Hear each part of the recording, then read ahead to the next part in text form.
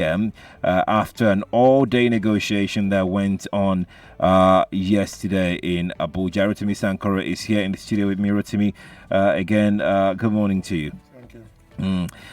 Let's tell you that this morning we will be looking at the issues that Labour is talking, or the issues that Labour is trying to raise with the federal government. The Minister of Labour and Employment, Chris Ngige, had said the federal government had yet to commence total implementation of the new minimum wage of 30,000 naira to all categories of workers because organized labour mistakenly saw consequential adjustment in salary as total salary review. Ngige spoke last Thursday when the Director General of the Nigeria Employers Consultative Association, Timothy Olawale, led a delegation from the association to the minister's office in Abuja. According to Gige, the federal government has set up a committee that would prepare the ground for total salary review, which will be done in 2020, adding that federal government's personnel budget had risen astronomically from 1.88 trillion naira to 3.08 trillion naira between 2016 and 2020. Rotimi, the conversation will start again, the negotiation rather, will start again today. But let's track back a little bit and look at Nigeria labor force, the workforce, compare with, let's say, workforce in Ghana, maybe in South Africa. Would you say our workers, civil servants, are well paid? Or maybe on the average? Maybe on the average. So, take-home pay is one thing, and it does have to be adequate to actually take you home for the entire month. Right. So that by the 11th, 12th, 13th, or 14th, you don't end up begging for transport money to go to work or come back from work. So, I mean, that's why people describe it as take-home. Absolutely. You know, of course, all the other needs that are in the index or in the basket actually need to be met: food, clothing, shelter, and so forth, like that. By that standard, Nigerian workers are paid very poorly. And that is why minimum wage was agreed as a global standard. So it's not a Nigerian matter. It's agreed as a global standard so that workers do not sink into unending poverty and penury. But it also has another economic reason beyond making sure that workers don't wallow in poverty. And that economic reason is that if workers, which is most ordinary people, cannot afford basic goods and services, the economy will collapse.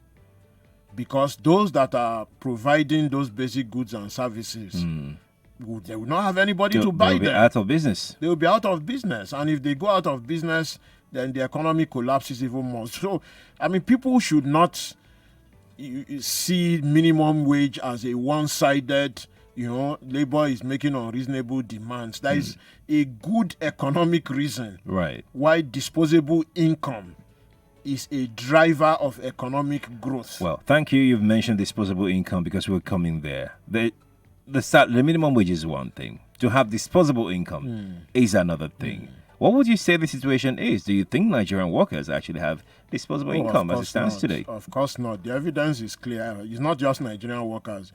Even the middle and upper middle class don't have any disposable income. I mean, everything is so tight that, in a country like Nigeria, it is a known fact that in September, anxiety generally starts to build because everybody has to borrow, beg, or steal for fees.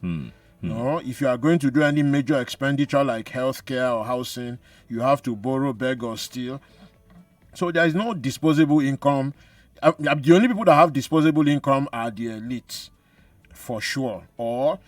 And when I say elite, I mean political elites, not even business. I mean, the business elite mostly have built businesses that can afford them that they take certain basics for granted. So some people may think that they are unfair practices. For instance, that the person that makes the most cement gets more breaks, allowances, and concession than most other. Okay, yes, but by and large, at least you can see what he's making.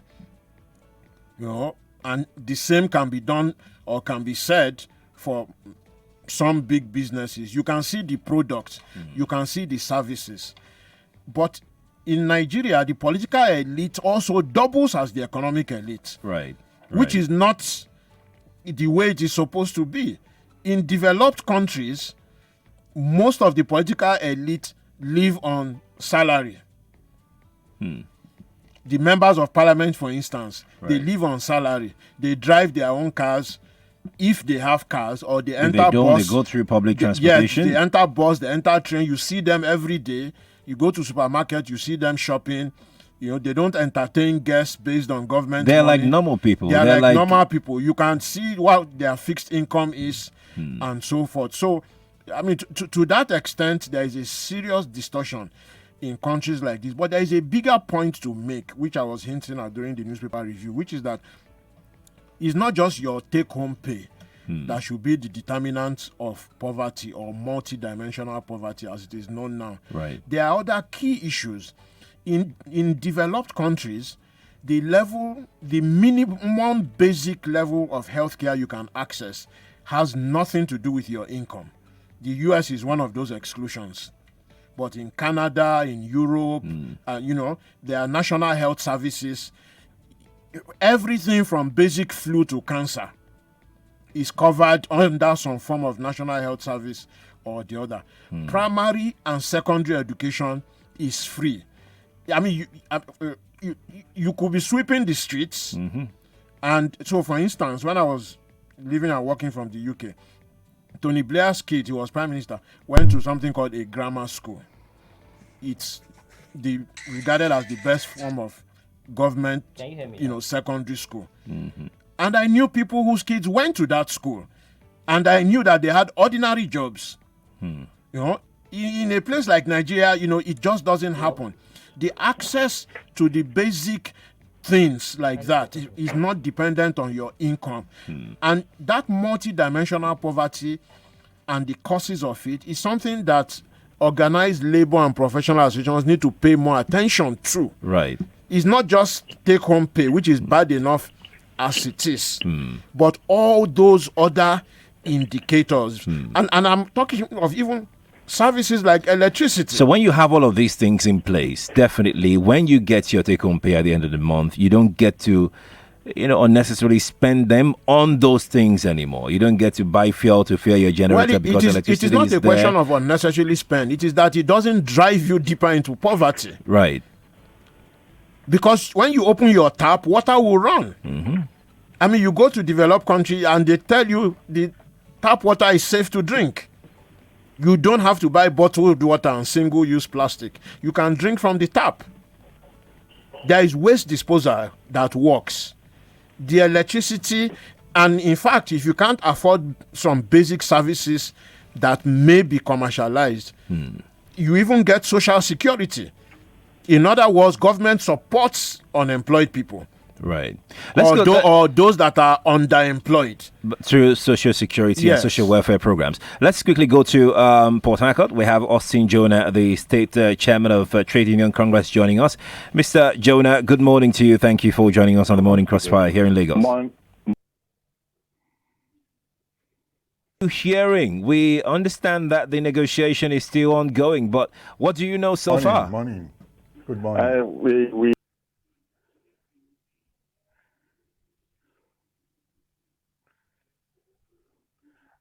We are in touch with our national body. We are in touch with those that are negotiating. We are waiting for a go-ahead. All of them are shifting grounds. Even Labour has shifted. The government has also shifted grounds based on what we are looking. They are looking at the gray areas, one or two places to touch and maybe finalize. If by 12 p.m. in the night today, nothing happens, then we'll go ahead. And if you have any information to that effect, what are the, you said Labour has shifted grounds. What is the current ground that Labour is on right now? Well, we are still negotiating. We are negotiating. It was 29% and 24% before, but it is not cast in stone. We will still look at it and know what to do about that. That is part of negotiation. And at the end of the day, it will be a win-win situation. Let's clarify something. Currently, right now, what is the position of the Trade Union Congress as regards the backing out of ULC, United Labour Congress, from the negotiation? You see, when it comes to negotiation, everybody has the interest of their workers and their trade centers in mind. And we cannot back out as Trade Union Congress by this time, because if we back out means we are not doing the right thing and we have disappointed those that are believing and trusting in us. Therefore, ULC backing out, well, we will not see it as something that is different, but that is their own position. They've taken their stand. They said even the strike is dead before arrival. But it's not the issue. If you are leading people, you should be patient enough to see that you pass through, no matter the rigorosity that you are going to pass through, to see that the people get what they are looking for. What is the list that Labour can, at least the organized Labour right now, can accept from the federal government? Because we're hearing that the federal government is proposing something like 11%. 11 will not go. I know this federal government will do more than that, because they are also looking for something from the Nigerian public, and that is they want to increase some things and do some things that will generate more fund. But not only generating fund, they should look at the cost of governance. The cost of governance in this country is very high. Today I was looking at the 2020 budget, and the what was allocated for maintenance and fueling of generators is about 9 billion. That is on the high side. If we have electricity, we don't need to spend 9 billion to maintain and fuel generators. Because the argument, has been made as to why government, especially legislators, should look at their own take-home pay as well. If we're going to free up resources, we should collectively look at what people, the chunk of our budget that people dip their hands into, the legislators, for instance, even the ministers and their aides and all of those things. Would you subscribe to a unicameral legislature?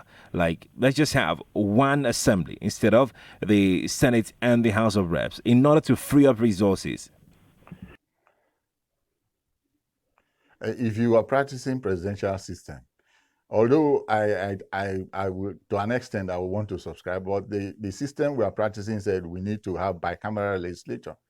Therefore, what I will advise is that is either they cut down their salary bill, or they put them on allowance. They put them on allowance. Reduce if you can't go for 50% reduction. I think it's in Namibia or Zimbabwe or so. The legislators, because of what is happening, the economic condition, the economic situation in the country, decided to cut down their salary. The same thing can happen in Nigeria if they don't want to cut down their salary to 50%. Because if you calculate, according to the figures, what a member of the House of Reps is earning is about 26 million times 250 or 350 of them.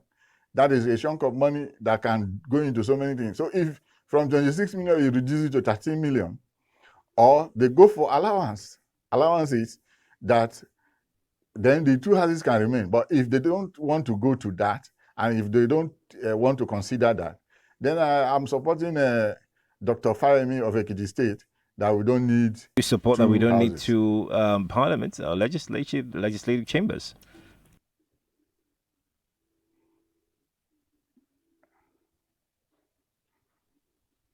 The Senegalese parliament legislated to drop one chamber because the cost was too much.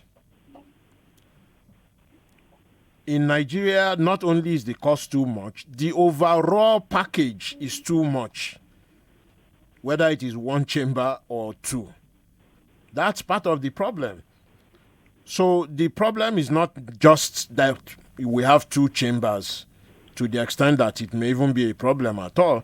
The problem is that the package for the two chambers is outrageous. The overall resources yes, that go into the if two ordinary chambers. workers, so when you anytime you ask a member of National Assembly about it, they will say, "Oh no," but their actual salary is just a few 100,000 a month. That it is the allowances and packages that takes it to 14 million a month. Oh, how I wish the rest of us had those kind of packages that takes everything to 14 million a month and the allowances. Indeed. So that's the real problem. But in addition to that, you have this crazy scenario of pension for life for public officials adjusted to meet the current cost, the current pay of the incumbent. And we are getting this thing across governorship, deputy governorship. The situation is so absurd that even the Abuja Municipal Council just recently awarded themselves the same pension for life at outrageous standard. So, I mean, just imagine by the time we have this accumulated costs of multiple layers of elected officials awarding themselves that kind of package, even in the parliament, people will be believing they will get a jumbo package for going. They will come back in 2 months' time and get another jumbo package for coming back. So one of our friends, who's reasonable sound guy, explained the thing to us in a private conversation. He's a member of the House of Reps. And it's someone that I have a lot of respect for. He explained, he said, well, the reason why it was put, that welcome package was put there was so that if a poor person is elected to parliament, Right. they won't end up living under a tree in Abuja when they arrive. And I thought, okay, from a certain point of view, it makes sense. But other people have argued that wouldn't it just be easier just to set up a permanent quarters for all of them, which will not be discarded after some time. Right. So that when you come, you are allocated, flat this, block that, and your accommodation. So, there are two sides. And that saves a lot of money. And that saves a lot of money straight away, And then the other things, do they all need cars? Official cars purchased for them? No, they don't. So I can see the argument for if you arrive and you are an ordinary person, you don't need to live under the tree. Right. But other people have argued that, but there are other ways to resolve that problem in such a way that people are not getting incredible amounts of cash. And if people, at the end of a parliament, they get send-off gift, and if they are returned, they are already in Abuja. Right. They get another welcome one. So you can see multiple layers like that, which don't, it just doesn't help. And if you look at the executive, they all live in free houses, free light, free water. The person on the phone was just pointing out that 9 billion is being budgeted for generator. 9 billion. Right. So, I mean, if there is proper electricity, why do government officials have to budget 9 billion for generator and generator fuel? Mr. Austin, in case you are you still on the line? Yes, I'm there. All right, quickly, let's talk about the preparation of labor for this strike, because we don't know what will happen at the end of the day. But would you say that Nigerian workers are prepared to join this strike? Knowing full well that, hold on, Mr. Jenna, in Nigeria, something is always very obtainable. They join first day, second day, and third. Everybody is back out there because they need to feed their family. What would you say that Nigeria, especially workers, are ready to join this strike? Nigerian workers are massively behind their leaders, and they are ready to join. We have mobilized to the extent that if they say shut down, we will shut down this country. It is not, we are not joking, because this is life or death. This is the only thing that the Nigerian workers is having as a worker, because There is no state government, no federal government that is building houses for their workers. At the end of the day, you retire back to your village. If you don't have anything, in the next 4 or 5 years, you're already off the line. Therefore, if we must fight to get this, to make sure that at least it sustains us to a level, because look at what they are coming up with. VAT has been increased to 7.5. They want to hijack electricity tariff. They want to introduce toll gates again. They want to introduce tax to even SMS, phone call, data, and cable TV. Is a great burden on the workers of this country. The whole country is passing through stress. I think they have to consider certain things before they come up with it, because they promise that there is this accusation. I'm sorry to butt in. There is also accusation that when Labour goes into negotiation, it's almost like there is no particular agreed level, lowest level that Labour can go to. If you talk to any worker right now, any civil servant right now, they will tell you that all of these pay increase actually don't have any effective bearing on their take-home pay, because in the end, it still will not matter. I'm glad you mentioned the fact that the federal government is planning to raise taxes and levies and all of those things. In the end, would you factor in all of these impending taxes or increments into your negotiation? Do you think that Labour's representatives have factored this in so that in the end, when the increment is finally approved, workers will not be grumbling that they can't feel any change at all? If you say Labour has not been doing that, you are not saying the right thing, because most of the times we negotiate for all these things, and they will say they will come up with palliative measures to help in transport, in housing, in ladies, and at the end of the day, they will not be sincere with their promises. That is the issue. And if you agree and you are not implementing, look at how it is taking them to implement the 30,000 minimum wage that was signed into law in April, and they've been rigmaroling, doing all sorts of. And told you that we will do this, and in the end, they did not do those things. Aren't you supposed to hold them accountable as a Labour? We have been doing that by calling them to order, telling them that you promised this and you have not done.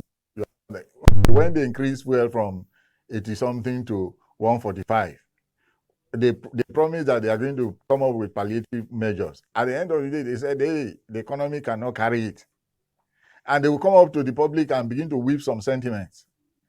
That is what is happening. And some people will listen to them without even placing the facts, the figures on table to see what Labour is saying. I wouldn't bet any reasonable competence of the Labour leadership to mobilize properly for the majority of Nigerian workers. What is mobilizing them is poverty. I mean, sometimes you listen to some of the Labour leaders and you really wonder whether they are qualified to hold some of those positions. I mean, there is no doubt that Nigerian workers deserve a better deal, both in terms of income, in terms of housing, health, education, transport. On all those issues, there is no major disagreement. But sometimes, some of the Labour leaders make statements that you just wince and wonder. I mean, just look at this morning. After threatening that they are going to go on strike for how long now? You can see some now coming out to say they didn't threaten to go on strike. How can their own workers take them seriously? People say they will go on strike, and suddenly at midnight they will come out and say no, and then they will come out smiling. And you can't really tell what has been achieved, if anything. I think they actually need to see the bigger picture. And aside from just the take-home pay, which everybody is also in agreement is very low and not okay, they also need to pay attention to the bigger picture. As I was saying earlier, in more developed countries, Right. your take-home pay is not the sole determinant of the quality of Well, education. he said housing, now that healthcare, they usually transport. renege on all of those things. They put all of these things into negotiation, No, but when but- it's time for them to implement, The I mean the government now. No, the government reneged. articulation of the call for those things needs to be done on a better scale. What happens is this: the so-called palliative measure Right. is almost as an afterthought to increase in things like fuel costs. So the government makes an argument for increase in fuel cost and then says there will be a palliative measure of better transport, I mean, that's what he's talking about. Right. But those things are not well defined. They are not well defined. What labor should be doing is to come out to actually measure those things and say, this is the minimum standard of health everybody should be getting. This is the minimum standard of free and qualitative education everybody should be getting. This is the minimum water supply people should be getting. Those things I argue in an underdeveloped economy are arguably more important Right. than the take-home pay, because in the developed countries, the take-home pay, which is a bit better than in countries like Nigeria, is not even the determinant of the quality Of life. of those. Yes, it's not the sole determinant. It is important, but it's not the sole determinant. So I would recommend really that the bigger picture is taken into consideration, and the way the issues are articulated and the reliability is also the trust. yes. That is where I will come in, because the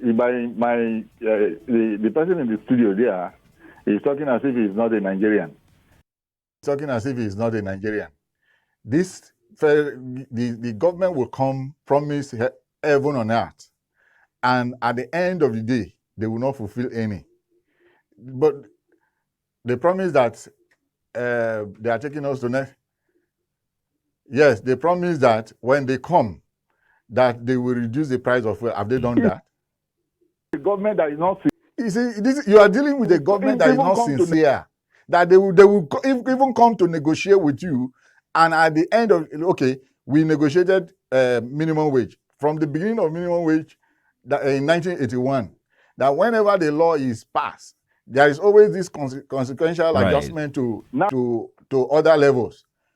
Now they came up and they are floating another kite by saying that it is a general review of wages that will take care of that. Where is it done? 20. Where is it done? Please stay on the line. Let's quickly go out to take a cup of water, and we'll be back in a moment. We just need a short break. We'll be back with you. Austin Jonah is the state chapter chairman of the Trade Union Congress. He's joining us from Rivers State, from Port Harcourt, to be specific. I am Sheriff Quadry. Rotimi Sankore is still in the studio. Let's go out now for a break. We'll be right back in a moment. It's the morning Crossfire on 99.3 Nigeria Info. Talk, news, and sports after this.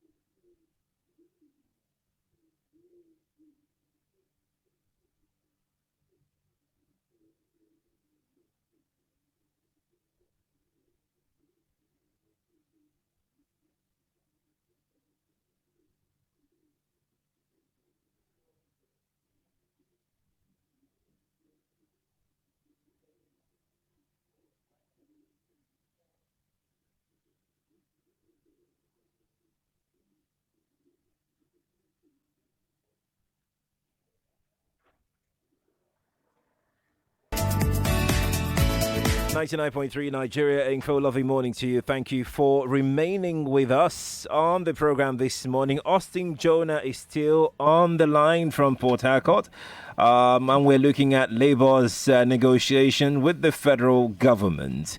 It started yesterday. It will end.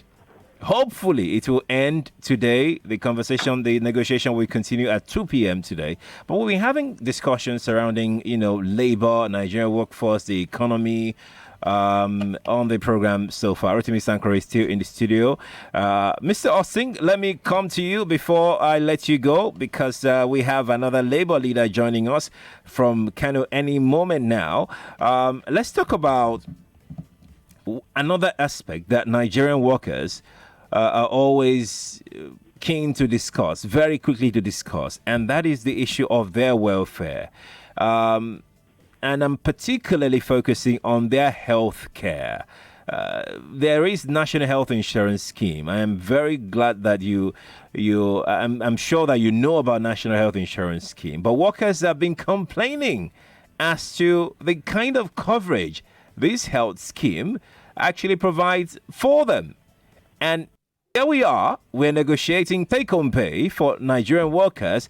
How about all of these other issues that are supposed to be put on the table? Would you say Labour is doing what it should do as regards the complete welfare of Nigerian worker? If the take-home pay is a definition of Labour's welfare, I don't know what to say to that. But let me hear you. Talk to us about the welfare, especially the healthcare, the National Insurance Scheme, the coverage of this scheme. Are you negotiating with the federal government to have better coverage under the scheme?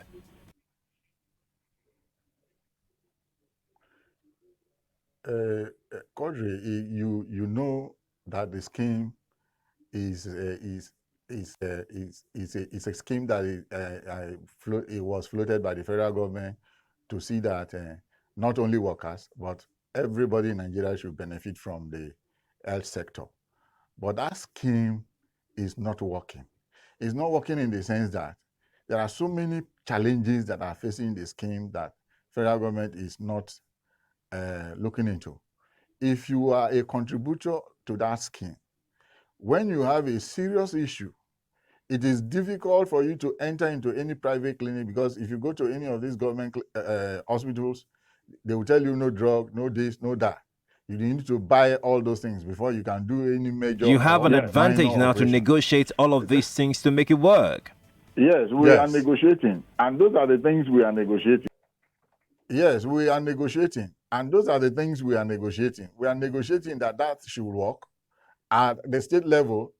So many states have keyed into the program, and even as they key into the program, they are also learning and make sure that the thing work well so that workers can benefit even without money. That you can walk into any of these hospital or private clinics and treat yourself because you are a contributor in the National Health Insurance Scheme. We are also negotiating to see that not only that, but even the contributory pension works. Because as at now, what we are having in contributory pension is not proper. We don't even know what is happening. We don't even know what is happening. So we are also negotiating the minimum wage is just one aspect. We are looking at the welfare of Nigerian workers, not only in health insurance, but also in housing, also in transportation. You said you are giving us rail transport. Do it well. Do it well so that Nigeria, if I live in Obigo, for instance, in Rivers State, if I live in Obigo, I can enter train and come to the secretariat and pay maybe 100 naira and pay another 100 naira to go back. That is what we are negotiating. We are not negotiating only minimum wage. We are negotiating things that will help the Nigerian workers. So much for speaking with us. We'd like to let you go now. Hopefully, we'll hear back from you as soon as negotiations are concluded later today. Austin Jonah is the state chapter chairman of the Trade Union Congress in Rivers State. Austin Jonah, thank you for joining us. Thank you very much, Quadry. Right then, let's quickly go on now to Kano to go and speak with our correspondents there. I believe they will be with us any moment now. Hello, good morning to you. Good morning. Oh, fantastic. It's good to have you here. I don't have... very quickly, let me talk to Rotimi very quickly before I come to you. Just in a moment. Rotimi, let's talk about this very quickly. Negotiations. How should it be actually harnessed? So you're talking about take-home pay. Austin Jonah, the TUC chairman from Rivers, just told us that they're negotiating every other thing. We're not getting all of these things in the news report that we have. What we have is the new minimum wage negotiation. With all due respect, what we have on the table is new minimum wage. Is a negotiation about 29% increase for those on grade level 7 to 14 and 24% for those on grade level 15 to 17. I mean, with all due respect, we haven't seen anything else. If he's talking about negotiation for schools, where is the labor demand on for what number of teachers, for what number of schools, for what number of where is the labor demand on healthcare? For what number of primary healthcare centers? Nigeria has a massive shortage of doctors. We should have about 500,000 doctors. We have 40,000. I've not seen Labour speak on it. We are short about 1 million nurses and midwives.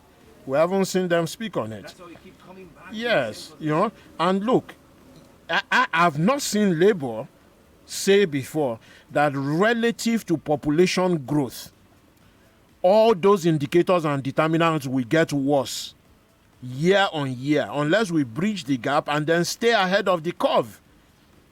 8 million children are now born in Nigeria every year. Where are the schools and teachers for them?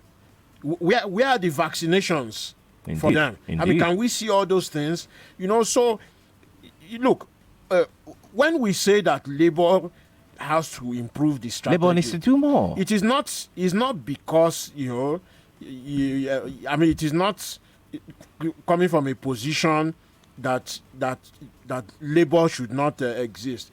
It's coming from a position that for Labour to have relevance, for Labour to have a real impact on the lives of ordinary people, Labour needs to see the bigger picture. So the take-home pay is important. There is a reason why there is minimum wage, so that workers don't sink into poverty. The minimum wage also is supposed to ensure a certain disposable income that can help the economy grow, because if you can't buy goods and services, the economy collapses around you. Absolutely. So on all those things, there is no major disagreement. The issue here is that Labour needs to widen its strategy to include all the social determinants of poverty. Put them into the discussion. If you're going to any negotiation, put them whether into you are them. organized labor or not. Look, if you are middle class, upper middle class, even Dangote, budgets for fuel, for generator. Right.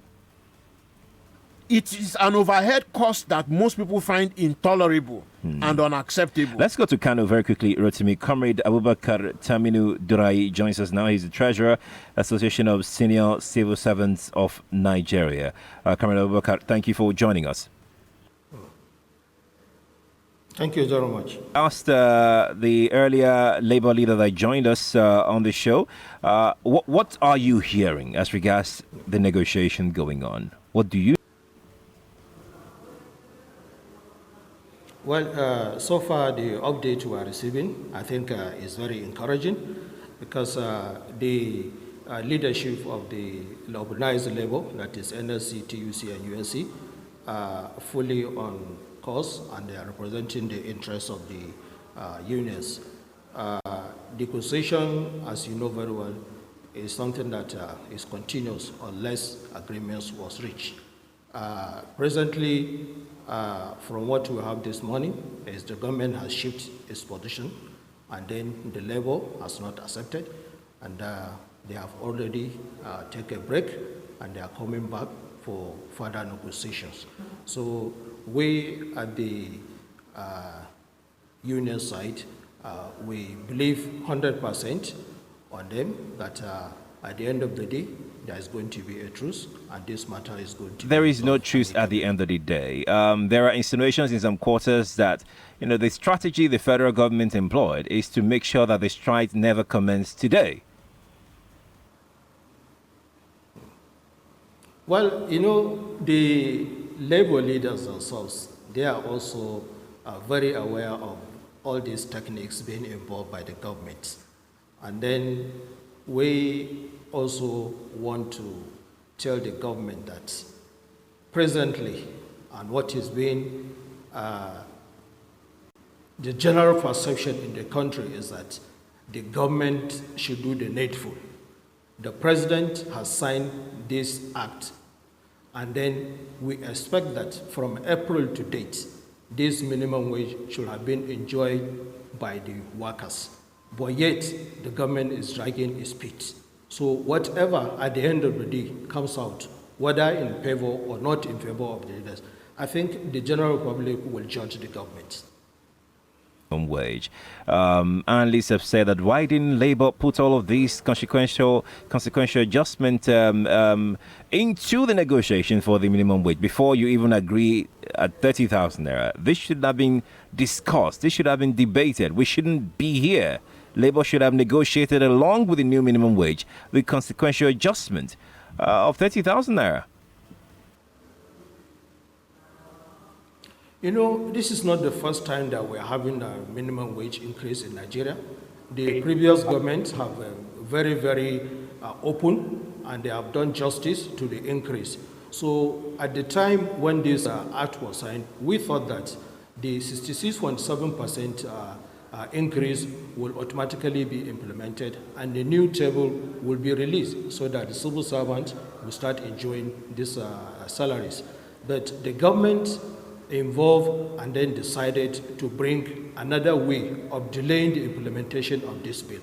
You could remember that the president or the labor minister spoke on behalf of the government that the money for this payment of the new minimum wage is not included in the budget. But later we heard that 500 billion naira was involved and has not been appropriated into the budget.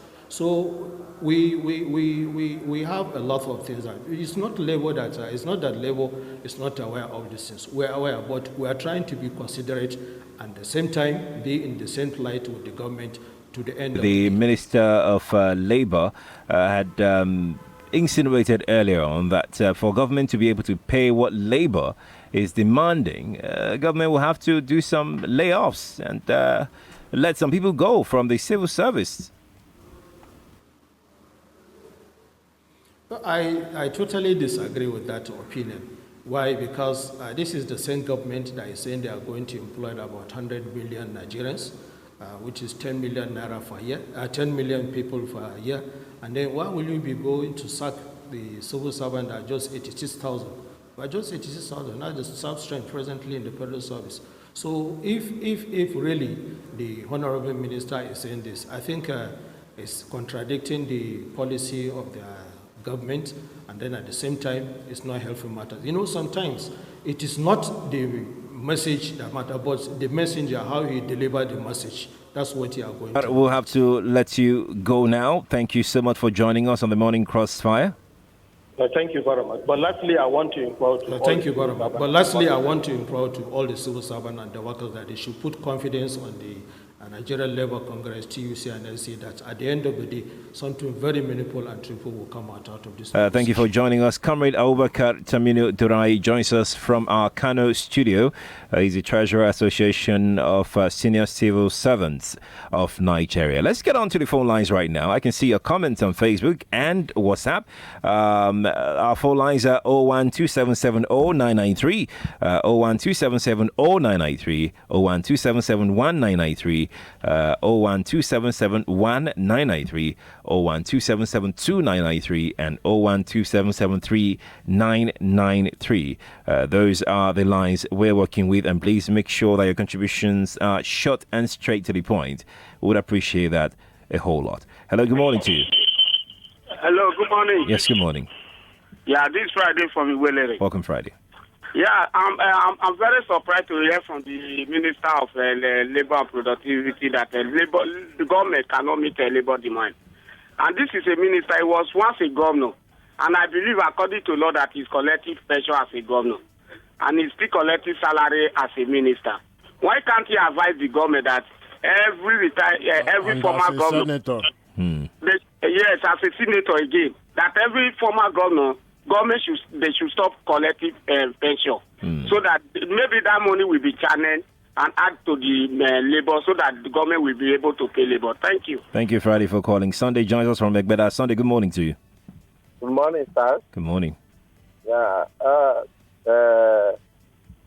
In respect of the issue of labor and negotiation, however, I believe Nigerian Labour Congress is not focused right for a long time. I would rather say that from the time when Shomole was leading Labour.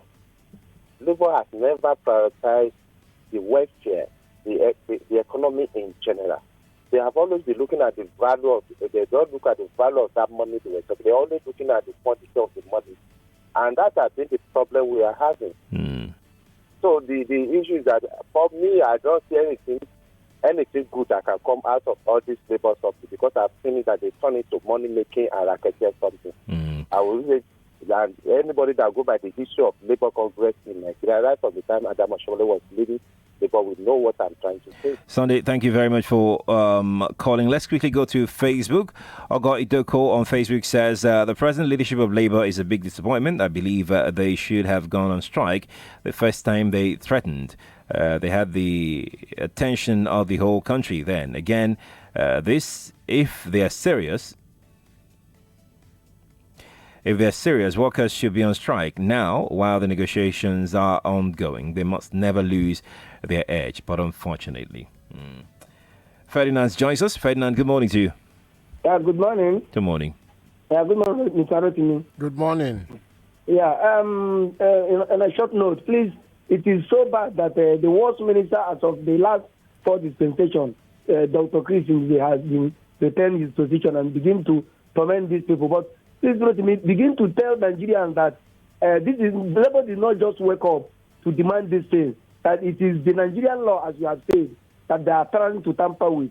Please, it is very, very important, so that we can even know that Labour did not just wake up and begin to demand something. Thank you. Have a lovely day. Thank you too for calling. TUC Rivers State Council. Actually, they listen to they're listening to the show, and they joined our Facebook conversation. They said Labour has to be more proactive, and the level of engaging the government has to be upped.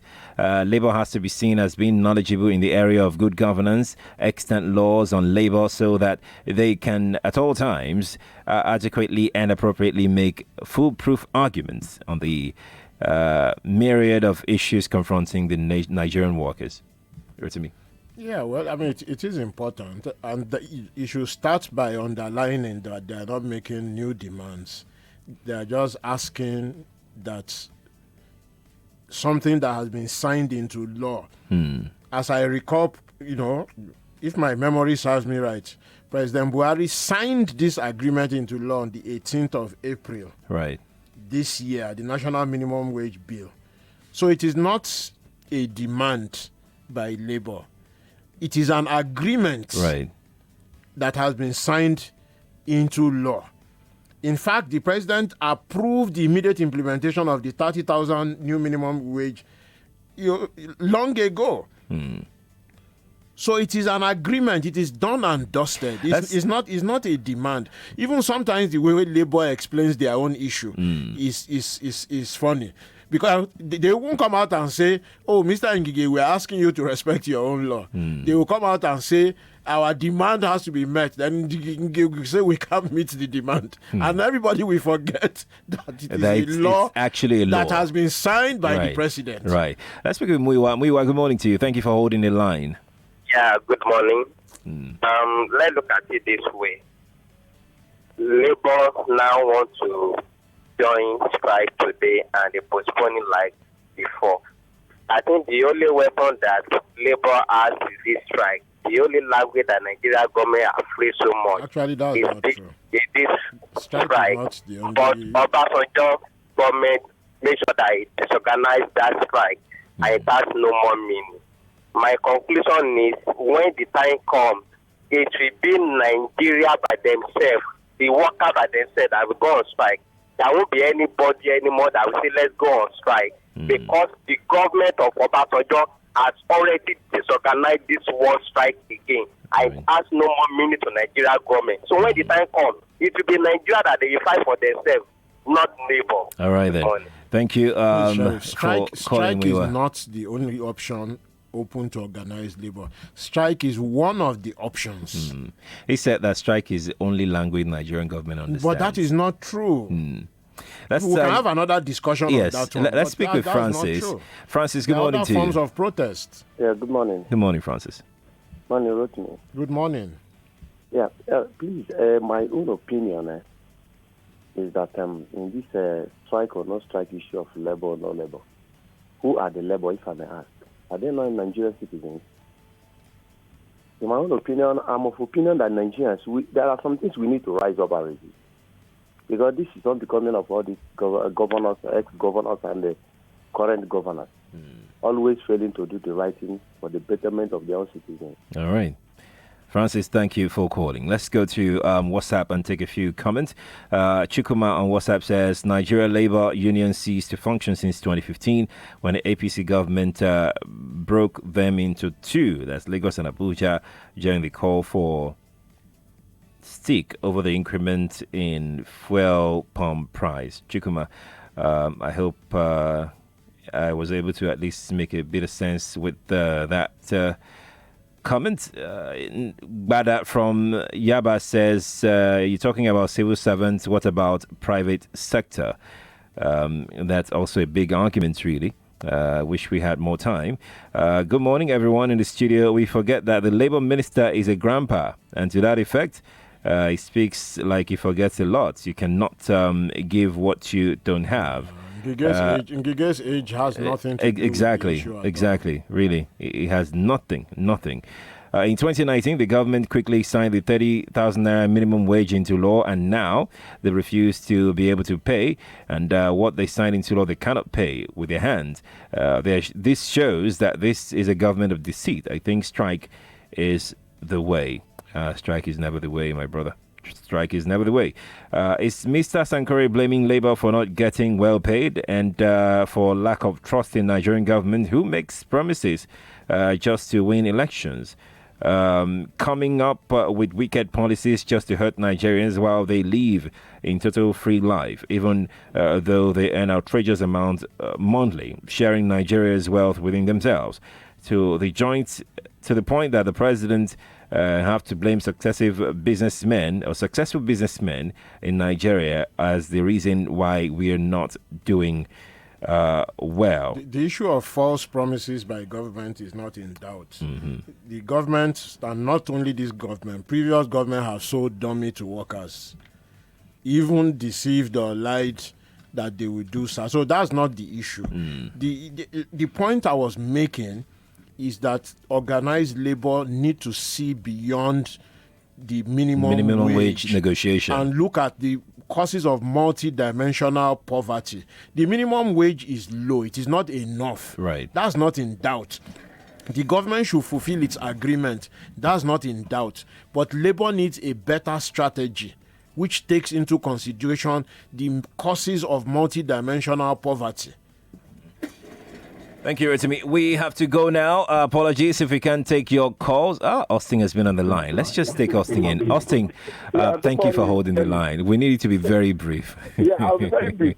Look, what I need to know, and I think some other Nigerians need to know also, the consequential adjustment. Is it supposed to be a rate or supposed to be negotiated after? So how come that it is a problem now? So I want to know, is it supposed to be a rate that has been agreed upon before, the negotiation was agreed? So I need to know this. If somebody can help me. It should have been built in from the beginning. From the beginning of the negotiation. Previous governments have not used it as a get-out clause. Right.